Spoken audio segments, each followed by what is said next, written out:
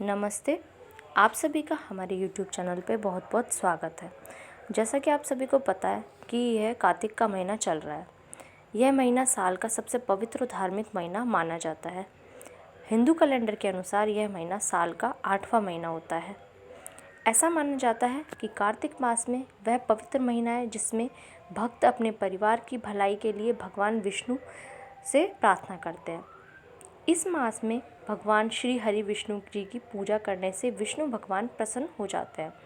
कार्तिक मास में पूजा के कुछ नियम हैं और यदि इनमें से एक भी नियम का पालन पूरी श्रद्धा और भावना से किया जाए तो अनंत फलों और पुण्यों की प्राप्ति होती है।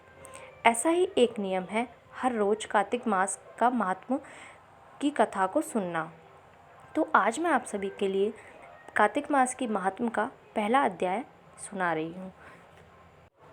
चलिए शुरू करते हैं। पहला अध्याय। नैमिषारण्य तीर्थ में श्री सूत जी महाराज 88,000 शौनकादिक ऋषियों से बोले, अब मैं आपके सामने कार्तिक महात्म की श्रेष्ठ कथा कहता हूँ, जिसे सुनकर मनुष्य सब प्रकार के पापों से छूटकर वैकुंठ को प्राप्त कर लेता है। सूत जी ने कहा, श्री कृष्ण जी से आज्ञा लेकर नारद जी के चले जाने पर सत्यभामा प्रसन्न होकर श्री कृष्ण से बोली, हे नाथ, मेरा जीवन सफल हो गया। मेरे माता पिता भी धन्य हैं जो आपकी 16,000 रानियों में मैं अत्यधिक प्यारी हुई। मैंने वह कल्प वृक्ष आदि आपके साथ नारद जी को विधि पूर्वक दान में दे दिया, परंतु वही कल्प वृक्ष मेरे घर में सदा लहराया करता है, जिसकी बात को मृत्युलोक में कोई भी स्त्री नहीं जानती। हे स्वामी, अब मैं आपसे पूछना चाहती हूँ, सो विस्तार पूर्वक कहिए, जिससे सुनकर मैं अपने हित कार्य करूँ, जिसके करने से कल्प प्रयत्न भी आप मुझसे विमुख ना हो। सूत जी कहने लगे। सत्यभामा के ऐसे वचनों को सुनकर श्री कृष्ण जी हंसते हुए सत्यभामा की बाह पकड़कर कल्प वृक्ष के नीचे गए और बोले, हे प्रिय, 16,000 स्त्रियों में से मुझे तुम प्राणों के समान प्यारी हो। तुम्हारे लिए देवताओं और देवराज इंद्र से भी मैंने विरोध किया था। उस महा अद्भुत वार्ता को सुनो। सूत जी बोले, एक दिन श्री कृष्ण भगवान ने सत्यभामा के साथ गरुड़ पर सवार होकर इंद्रलोक में जाकर कल्प वृक्ष मांगा। तब इंद्र के न देने पर गरुड़ का इंद्र से घोर युद्ध हुआ था। हे प्रिय, जब मैं तुम्हें हर चीज़ दे सकता हूँ पर हर एक कार्य पूरा कर सकता हूँ, तो क्या तुम्हारे आश्चर्यजनक प्रश्न का उत्तर न दूंगा? यह सुनकर सत्यभामा बोली, हे प्रभु, पूर्व जन्म में मेरा कैसा स्वभाव था, किसकी पुत्री थी, मैंने कौन से दान व्रत या तप नहीं किया था जिससे मुझे मृत्युलोक में जन्म लेना पड़ा, और ऐसे कौन से शुभ कर्म किए कि यहाँ आकर आपकी अर्धांगिनी हुई और आप गरुड़ पर सवार होकर मुझे साथ में लिए इंद्रादि देवताओं के स्थानों में फिरते हो।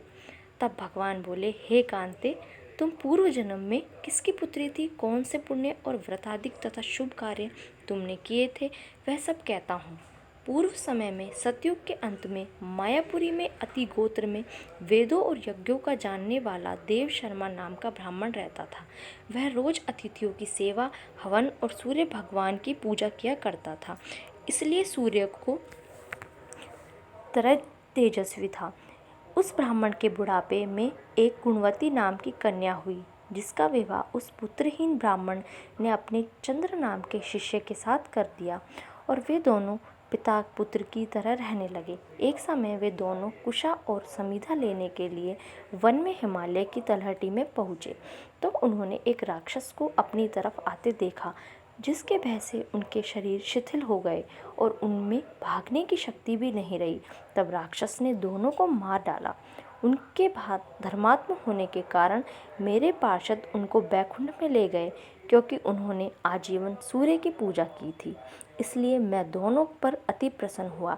जब वे दोनों विमान पर चढ़े हुए सूर्य के समान तेजस्वी रूपवान चंदन और माला धारण किए हुए बैकुंठ में आए, तब मेरे पास दिव्य भोगों के भोग भोगने लगे।